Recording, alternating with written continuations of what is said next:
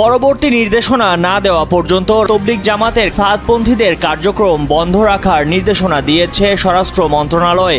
সাদপন্থীদের কার্যক্রম বন্ধ রাখার নির্দেশ দিয়েছে স্বরাষ্ট্র মন্ত্রণালয়। এ নিয়ে আরো জানাতে রাজধানী কাকরাইল থেকে আমাদের সাথে যোগ দিচ্ছেন সহকর্মী জাহিদুল ইসলাম।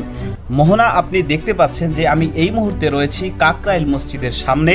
তো এখানে কিন্তু প্রচুর আইন শৃঙ্খলা রক্ষাকারী বাহিনী মোতায়েন রয়েছে, যাতে করে এই কাকরাইল মসজিদে কোনো সাদপন্থী সন্ত্রাসীরা প্রবেশ করতে না পারে। কারণ ইতিমধ্যে আপনারা জানেন যে এই সাদপন্থী সন্ত্রাসীদের কার্যক্রম স্বরাষ্ট্র মন্ত্রণালয়ের পক্ষ থেকে নিষিদ্ধ ঘোষণা করা হয়েছে এবং আগামী 25 সালের বিশ্ব ইজতেমা ওলামা ইকরামদের তত্ত্বাবধানেই হতে যাচ্ছে।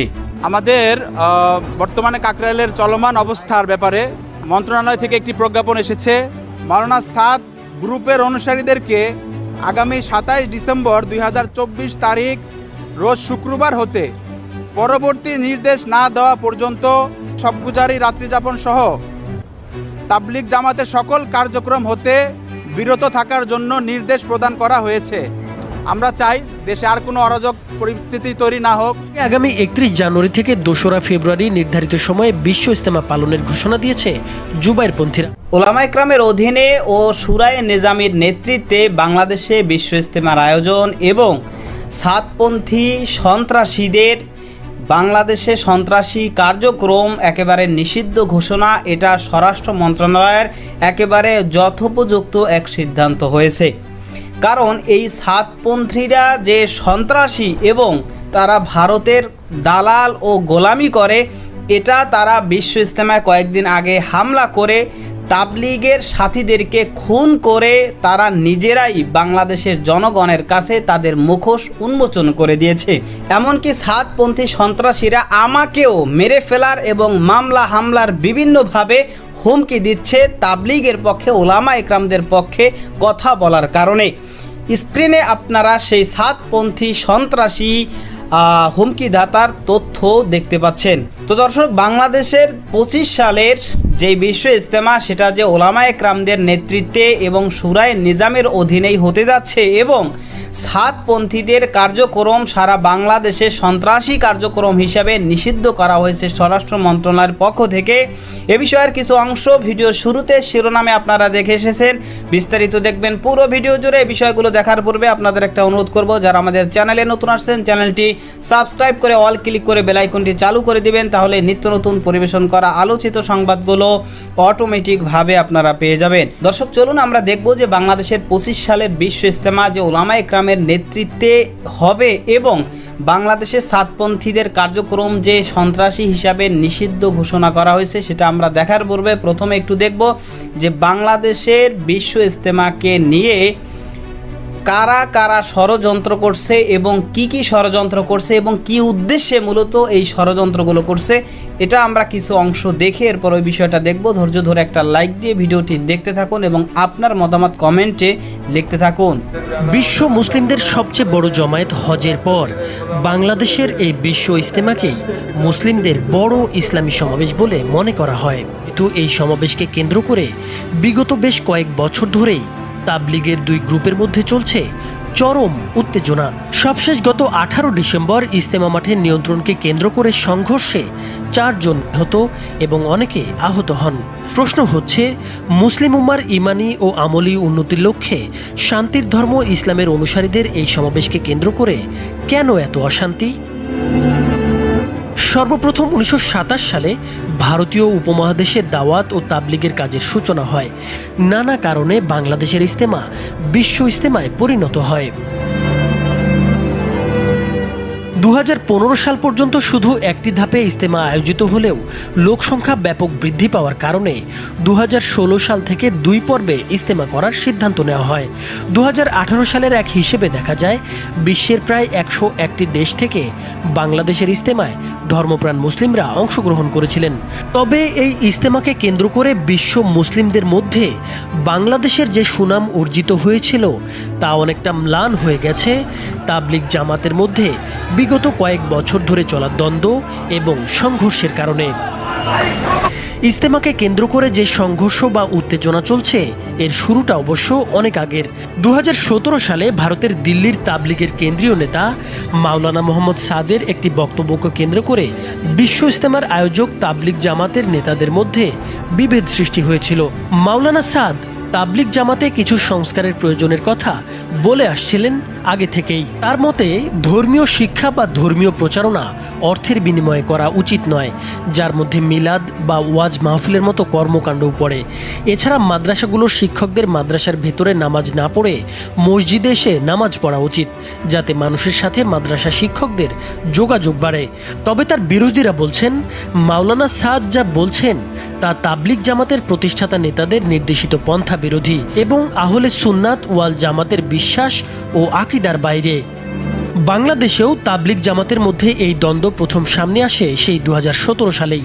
সে বছর বাংলাদেশের তাবলিগের মূল কেন্দ্র কাকরাইল মসজিদে দুই দল কর্মীর মধ্যে হাতাহাতি হয়।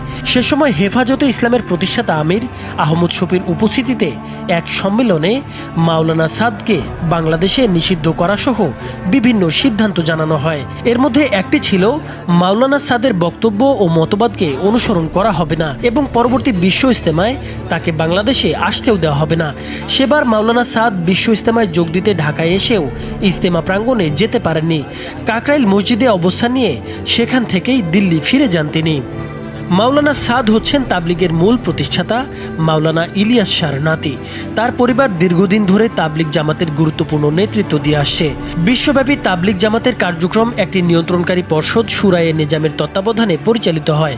ওই পর্ষদেরই একজন সদস্য ছিলেন মাওলানা সাদ। তাবলিগের প্রতিষ্ঠাতা মাওলানা ইলিয়াসের উত্তরসূরি হিসেবে পর্ষদে তার বিশেষ মূল্যায়ন ছিল, কিন্তু হঠাৎ করে তিনি পর্ষদ ব্যবস্থা ভেঙে দিয়ে নিজেকে একক আমির ঘোষণা করেন। মাওলানা সাদকে যারা অনুসরণ করেন তাদের সাদপন্থী বলা হয়। অন্যদিকে মাওলানা জুবায়ের ঢাকার কাকরাইল মসজিদের ইমাম, তার অনুসারীদের জুবায়েরপন্থী বলা হয়। যদিও এই বিষয়ে আপত্তি জানিয়েছেন কথিত জুবায়েরপন্থীরা। তাদের মতে মাওলানা সাদ অনুসারীরা একজন ব্যক্তিকে মেনে চলেন আর তারা একটা জামাতকে মেনে চলেন। যে জামাতের সবাই মিলে পরামর্শ করেন সেটি হলো শুরায়ে নিজাম, তাই তাদের জুবায়েরপন্থী না বলে যেন শুরায়ে নিজাম বলা হয়। বাংলাদেশের তাবলিগ জামাতের এই দুই অংশের মধ্যে দ্বন্দ্ব আবারও সংঘাতের রূপ নেয় গত 18 ডিসেম্বর। টঙ্গীর তুরাগ তীরে অবস্থিত বিশ্ব ইজতেমা ময়দানের নিয়ন্ত্রণকে কেন্দ্র করে দুপক্ষের সংঘর্ষে কমপক্ষে 4 জন প্রাণ হারান, আহত হন অন্তত 50 জন। পরে সবাইকে সরিয়ে দিয়ে মাঠের নিয়ন্ত্রণ নেয় আইন শৃঙ্খলা বাহিনী। জুবায়েরপন্থীদের অভিযোগ, মাঠে তাদের ঘুমন্ত সাথীদের ওপর সাদপন্থীরা অতর্কিতভাবে হামলা চালায়। তাদের অনুসারীদের মধ্যে হতাহতের সংখ্যা বেশি এবং অনেক আহত ব্যক্তি হাসপাতালে চিকিৎসাধীন অবস্থায় রয়েছে। তারা আরও অভিযোগ করেন যে সাদপন্থীরা সন্ত্রাসী কার্যকলাপ চালাচ্ছে এবং এদের নিষিদ্ধ করা উচিত। তারা ঘোষণা দিয়েছেন ভবিষ্যতে সাদপন্থীদের কোনো ইজতেমার আয়োজন করতে দেওয়া হবে না। অন্যদিকে সাদপন্থীদের অভিযোগ জুবায়েরপন্থীরাই সংঘর্ষের জন্য দায়ী। তাদের অনুসারীরা সাদপন্থীদের ওপর প্রথমে আক্রমণ চালিয়েছে। পূর্ব ঘোষণা অনুযায়ী সাদপন্থীরা ইজতেমা মাঠে প্রবেশ করতে চাইলেও জুবায়েরপন্থীরা অবৈধভাবে মাঠ দখল করে রেখেছিল। অনেকটা বাধ্য হয়েই সাদপন্থীরা মাঠে প্রবেশ করেছিলেন। তারপরে এর আগে 2018 সালেও এই দুই গ্রুপ সংঘর্ষে জড়িয়েছিল। সেবার একজন নিহত ও শতাধিক আহত হয়েছিলেন। এমনকি সবশেষ গত নভেম্বরে ইজতেমা ও ঢাকার কাকরাইল মসজিদের নিয়ন্ত্রণ নিয়ে দুপক্ষকে মুখোমুখি অবস্থানে দেখা গিয়েছিল। আসন্ন নতুন বছরেও দুই পর্বে বিশ্ব ইজতেমা অনুষ্ঠিত হওয়ার কথা আছে। এর মধ্যে জুবায়েরপন্থীদের নেতৃত্বে 31 জানুয়ারি থেকে 2রা ফেব্রুয়ারি পর্যন্ত প্রথম পর্ব, আর 7 ফেব্রুয়ারি থেকে 9 ফেব্রুয়ারি পর্যন্ত দ্বিতীয় পর্বে অংশ নেবেন সাদপন্থীরা। তবে বর্তমান পরিস্থিতি নিয়ে ইজতেমা পালন নিয়ে উদ্বেগ রয়েছে। স্বরাষ্ট্র উপদেষ্টা জাহাঙ্গীর আলম চৌধুরী বলেছেন, দুই পক্ষকেই সমঝোতা করতে হবে, তাহলেই শান্তিপূর্ণ ইজতেমা সম্ভব। উভয় পক্ষকে আলোচনার মাধ্যমে সমাধানে পৌঁছানোর আহ্বান জানান তিনি আরও বলেন, সংঘর্ষের ঘটনায় খুনিদের কোনো ছাড় দেওয়া হবে না। এ ঘটনায় মামলার প্রস্তুতি নিচ্ছে সরকার। ইতিমধ্যে টঙ্গী থানায় মাওলানা সাদের অনুসারী 29 জনের নাম উল্লেখ সহ অজ্ঞাতনামা আরও কয়েকশো জনকে আসামি করে হত্যা মামলা করেছেন মাওলানা জুবায়ের অনুসারী একজন। পরে মাওলানা সাদ অনুসারী নেতা মুফতি মুয়াজ বিন নূরকে গ্রেপ্তারের পর 3 দিনের রিমান্ড মঞ্জুর করেছে আদালত। জুবায়েরপন্থীদের দাবি, মাওলানা সাদ তার বক্তব্যের জন্য ক্ষমা চাইলে 1 মিনিটেই সমাধান সম্ভব। অন্যদিকে মাওলানা সাদপন্থীরা বলছেন তাদের নেতার বক্তব্য বা সংস্কারের প্রস্তাব মানতে না পেরেই বাংলাদেশে সংগঠনটির কর্মকাণ্ডকে রাজনৈতিক চেহারা দেয়া হয়েছে। অন্যদিকে সামাজিক যোগাযোগ মাধ্যমের অনেকেই দাবি করছেন এই সংঘর্ষে বিদেশি প্রভাব ও রাজনৈতিক ষড়যন্ত্র থাকতে পারে। এদিকে আগামী 31 জানুয়ারি থেকে 2রা ফেব্রুয়ারি নির্ধারিত সময়ে বিশ্ব ইজতেমা পালনের ঘোষণা দিয়েছে জুবাইরপন্থীরা। সাদপন্থীরা ইজতেমা করতে চাইলে কঠোরভাবে প্রতিহত করা হবে বলেও হুঁশিয়ারি দিয়েছেন তারা। রাজধানীর কাকরাইল মসজিদে সাদপন্থীদের কার্যক্রম বন্ধ রাখার নির্দেশ দিয়েছে স্বরাষ্ট্র মন্ত্রণালয়। পাশাপাশি জুবাইরপন্থীদেরও বড় জমায়েত থেকে বিরত থাকার নির্দেশ দেওয়া হয়েছে। পরবর্তী নির্দেশনা না দেওয়া পর্যন্ত রাজধানীর কাকরাইল মসজিদে সাদপন্থীদের কার্যক্রম বন্ধ রাখার নির্দেশনা দিয়েছে স্বরাষ্ট্র মন্ত্রণালয়। একই সঙ্গে জুবাইরপন্থীদেরও বড় জামাত থেকে বিরত থাকার নির্দেশ দেওয়া হয়েছে। 26 ডিসেম্বর স্বরাষ্ট্র মন্ত্রণালয় থেকে পৃথক আদেশে নির্দেশনা দেওয়া হয়। দর্শক, ইতিমধ্যেই বাংলাদেশের যে ওলামায়ে কেরাম এবং শুরায়ে নেজামি যারা রয়েছে অর্থাৎ আহলে হক, তারা ইতিমধ্যেই যথাসময়ে বিশ্ব ইজতেমা করার ঘোষণা দিয়েছে। তো আশা করা যাচ্ছে যে রাষ্ট্রীয়ভাবেও এই বিশ্ব ইজতেমার অনুমোদন দেওয়া হবে এবং পাশাপাশি ইতিমধ্যেই কাকরাইলে এই সাদপন্থী সন্ত্রাসীদের কার্যক্রম, তাবলিগি কার্যক্রম সবভাবে তাদেরকে একেবারে নিষিদ্ধ ইতিমধ্যেই স্বরাষ্ট্র মন্ত্রণালয়ের পক্ষ থেকে ঘোষণা করা হয়েছে। তো বাংলাদেশের জনগণ এখন চাচ্ছে যে এদেরকে শুধুমাত্র কাকরাইল থেকে নয়, পাশাপাশি গোটা বাংলাদেশ থেকে এদেরকে একেবারে সন্ত্রাসী হিসাবে নিষিদ্ধ ঘোষণা করা হোক। এদের কোনো ধরনের কোনো কার্যক্রম বাংলাদেশে যেন তারা চালাতে না পারে এবং বাংলাদেশের বিরুদ্ধে ভারতের হয়ে কোনো দালালি বা গোলামি যাতে করে না করতে পারে এবং বাংলাদেশের বিরুদ্ধে কোনো ষড়যন্ত্র না করতে পারে। এবং বিশেষ করে এরা মূলত ভারতের হিন্দুত্ববাদীর এবং ইয়াহুদিবাদীর যেই এজেন্ডা, সেই এজেন্ডা নিয়েই কিন্তু এরা মাঠে নেমেছে এবং এরা দেখেছে যে বাংলাদেশে বিশ্ব ইজতেমা হচ্ছে এবং বাংলাদেশে এই তাবলিগের কার্যক্রম একেবারে খুব শান্তভাবে এতদিন পর্যন্ত হয়ে আসছিল, যতদিন পর্যন্ত এই সাদপন্থীরা তারা এর মধ্যে একটা ডিবেট, একটা ভাগ যতক্ষণ পর্যন্ত না করছে এবং এই তাবলিগকে নিয়ে ষড়যন্ত্র করতে পারছে। তো এই যখন থেকেই এরা তাবলিগ নিয়ে ষড়যন্ত্র শুরু করেছে এবং ভাগাভাগি হয়ে গিয়েছে, তখন থেকেই কিন্তু তাবলিগ নিয়ে প্রশ্নবিদ্ধ হচ্ছে এবং ইসলাম নিয়ে প্রশ্নবিদ্ধ হচ্ছে, মুসলমান নিয়েও কিন্তু প্রশ্নবিদ্ধ হচ্ছে।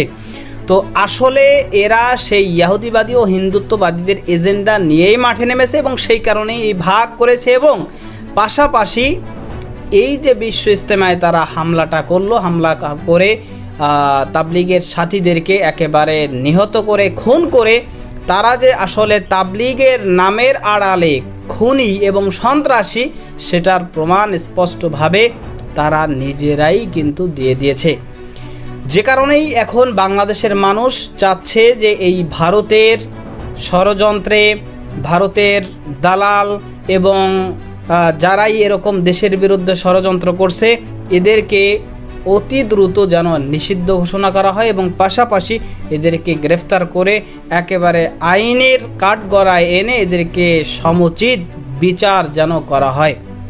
তো দর্শক, আপনিও এ বিষয়ের সাথে একমত পোষণ করেন কিনা সেটা কমেন্ট সেকশনে জানাবেন। ভালো থাকবেন, সুস্থ থাকবেন, দেখা হবে নতুন কোনো ভিডিওতে, কথা হবে নতুন কোনো বিষয়ে। আজকে পর্যন্তই।